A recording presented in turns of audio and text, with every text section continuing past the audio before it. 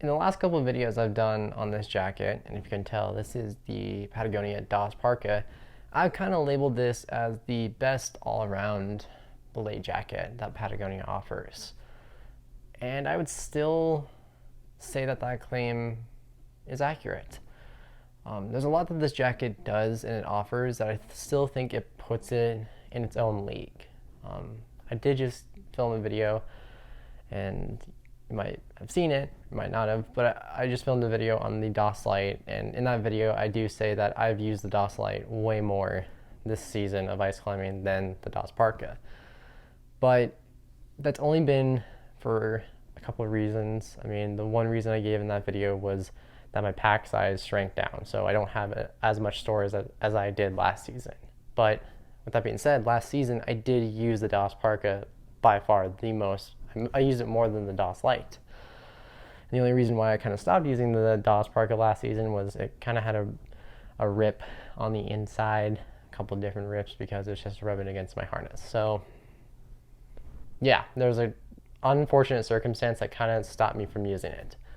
But in the couple of videos I've done at probably the beginning of this ice climbing season, where I kind of compared it to the Alploft and the DAS Lite, in those videos I do say that this is probably the best overall general belay parka. And why I think that is more along the lines of, this is a jacket that can handle pretty much everything that you throw at it. You know, it's a synthetic jacket, so you're not dealing with this panic when, you know, it starts to get a little wet. That's something that a lot of down jackets have to deal with, and with Patagonia down jackets, your only protection is the DWR on the shell fabric. So no Patagonia jacket has treated down. So like I said, your one barrier against moisture is the DWR on the shell fabric. Whereas because this is a synthetic insulated jacket, this jacket could be completely soaked and it's still going to insulate you. So that has a bigger advantage. And where this one kind of does trump the DAS Lite is just the amount of insulation. So this has a ton of insulation for what it is. I think, I can't remember it was like, I think it has like 110 grams of insulation in the whole body, but like an extra 40 in like the core. I'll put those numbers at the bottom. I could be getting them jumbled up. But just know that this is a lot more insulation than the DAS Lite. I mean, the DAS Lite sits at like 65 grams of insulation, whereas this definitely sits way above it. And, you know, that does mean that this has a greater temperature range. You know, this is a jacket that I'm pretty confident in taking in, you know, even negative degree weather. You know, I've been using this jacket when it's been like negative 10 degrees Fahrenheit before. I've used it on even colder occasions.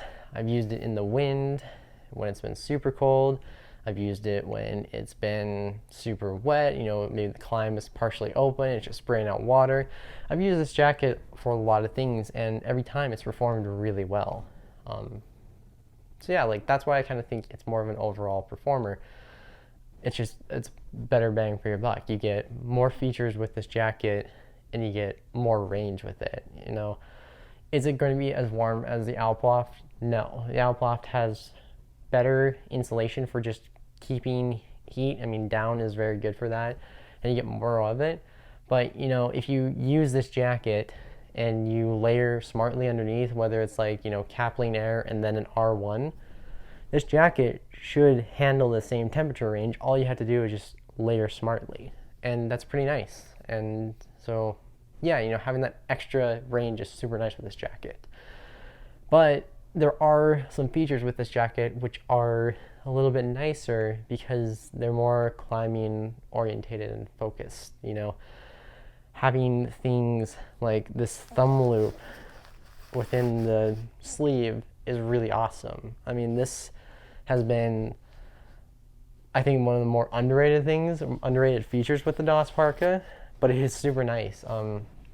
Walking around with this, because I have a little bit longer arms, sometimes a lot of the jackets are a little bit shorter in the arms for me, and normally that's the case with this one, but all I have to do is just put my thumb through the thumb loop and the sleeves sit at a perfect length for me. So that's awesome. And of course, you know, another standard feature is you get a double zipper. So that's really great. You get, a hem cord at the bottom. And I think in an original video that I did on the DAS Lite, I kind of complained about it that it didn't have a hem cord at the bottom. Is it a big deal? I don't know. It's a parka, so it's meant to kind of just lay over it. But, in days where you either don't have a lot on your harness or you're just wearing this around in the winter, a hem cord's very nice because it does seal in the warmth. And I've also kind of found that this DAS Parka sits the lowest out of all their belay parkas, and that extra coverage is definitely nice. The DAS Lite kind of sits right at your waist. The Alploft, because it's more of a unisex sizing, for me it sits right at the waist again, whereas this one definitely goes farther down. And like I said, that extra coverage is appreciated. So yeah, there are certain things that I think that set the DAS Parka apart, that just the small little attention to details make it really nice. A big one for me too is the hood with the DAS Parka. The hood is a really good hood. I did in my Alploft season review video, I mentioned that the hood on the Alploft without a helmet kind of blows. It's not that great, just because there's so much space and it's a bigger volume hood, and when you don't have a helmet you have to suck the cord in to really cut down on how much volume there is in the hood. But what you get is, because it's an Alpine style hood, the hood kind of pulls back and you have more of your face exposed. The DAS Parka is quite the opposite of that. It's got more of a less volume of a hood. It's got a high collar, so it goes farther up and you get more protection that way. But use without a helmet with it is great, and use with a helmet is also great. So it's one of the best hoods that I've seen for a belay jacket within Patagonia's range. So the hood is definitely my favorite out of the three belay parkas. So you have that kind of sets it apart too. My only kind of downsides with the jacket that I'm not a huge fan of, and it's very few, it's the pockets are kind of weird. I don't really like the pockets. The pockets are super tall, but they're super narrow as well. I mean, you're talking the pocket length is only that wide, and that's not a big distance. And it sits kind of awkwardly when you have your hands in, because you also have a slightly raised, for whether used with a harness or a backpack. So it's just kind of weird. And it's super weird that they're so high, but they're so shallow. I mean, they're just, when you have your hands in them, they're awkward. It feels like your wrist is exposed a little bit more. So that's kind of weird. And they don't really have a lot of room for carrying anything. So the pockets are kind of weird.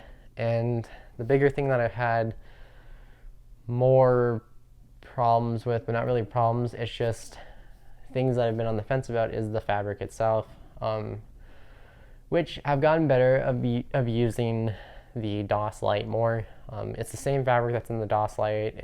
I think it's Pertex Quantum Pro, and it's 10 denier. But what I found out is with the DAS Park and the DAS Lite, the face fabric on the outside has a TPU laminate on it, so it gives it some extra durability against, pokes and abrasion. And so far, that's 100% true. The face fabric has stayed in a really good condition. I've used it in a lot of different scenarios, and the face fabric is always great. But what I kind of found was the opposite, which was not so great, is that the inside fabric, the lining fabric, which is still, it's Pertex Quantum Pro 10 denier, but there's no laminate on the inside. And it makes sense, because why would you need to? This whole thing, it has a laminate on it, whereas the inside doesn't. And like I said, it does make sense. The only problem I ran into was, because of the nature of a belay parka, it's normally something that you throw over quickly. You don't climb in a belay parka normally. You just throw it over when you need it. Is that if you've got a harness loaded with climbing equipment, some of that stuff has some sharp edges or sharp corners, and it leads to, tearing up the inside fabric. I mean, my jacket that I had before this is I think it was the 2020 model of the DAS Parka, and on the inside it was pretty much ripped like just torn right here and right here. And it's just, it seems like an oversight for a lot of things, because this is a belay parka and it's meant for climbing. So it should have some sort of protection right there, because if you know that it is meant for climbing, you know that more than likely people are going to drape it over their harness. And again, you're going to generally have stuff on your harness. I mean, it would be kind of a silly thing to do with every time you wanted to use this jacket, you'd have to take everything off your harness, which is kind of been in where I've been at when using this jacket, both this one and the DAS Lite. You know, I'm a little bit more hyper aware, hypersensitive of what I got on my harness when I'm trying to use these jackets, because I've known with my previous DAS Parka that it just ripped. It ripped really easily. You know, this wasn't a whole season of use and it finally broke free. This was like a day or two and it just totally shredded. And I was like, well, because of that, I gotta be more careful around. And it's kind of a thing that is kind of sucky, because it is a belay parka. It's meant to be thrown around. It's meant to be just used in the crappiest conditions, and it's just meant to be there. And with having to now kind of like think ahead and think about how to protect the jacket, it's just like, it's a thing that's not that great, because it should be, at the end of the day, it shouldn't have to be a problem. It should just be like another piece that you don't have to think about. But from when I've been using it, I've had to think about it a little bit more. So there could be some things to be desired with the DAS Parka. But overall, for performance for the last 2 seasons, you know, at a pure performance standpoint, it's a great performer. Like I said, I still stand by those claims of saying that this is probably the best overall belay parka that Patagonia offers. And yeah, you know, I'm definitely curious to see what they do in the future with the DAS Parka. You know, it's been a staple in their collection. There's been multiple generations of it, but you know, it lives up to the name. You know, DAS Parka is still, it's a great belay jacket, and it's kind of their top end, what they've got for a synthetic insulation jacket as well for the belay parka. So yeah, I'll end it on that note. So thank you guys for watching this video, and I will see you guys on the next one.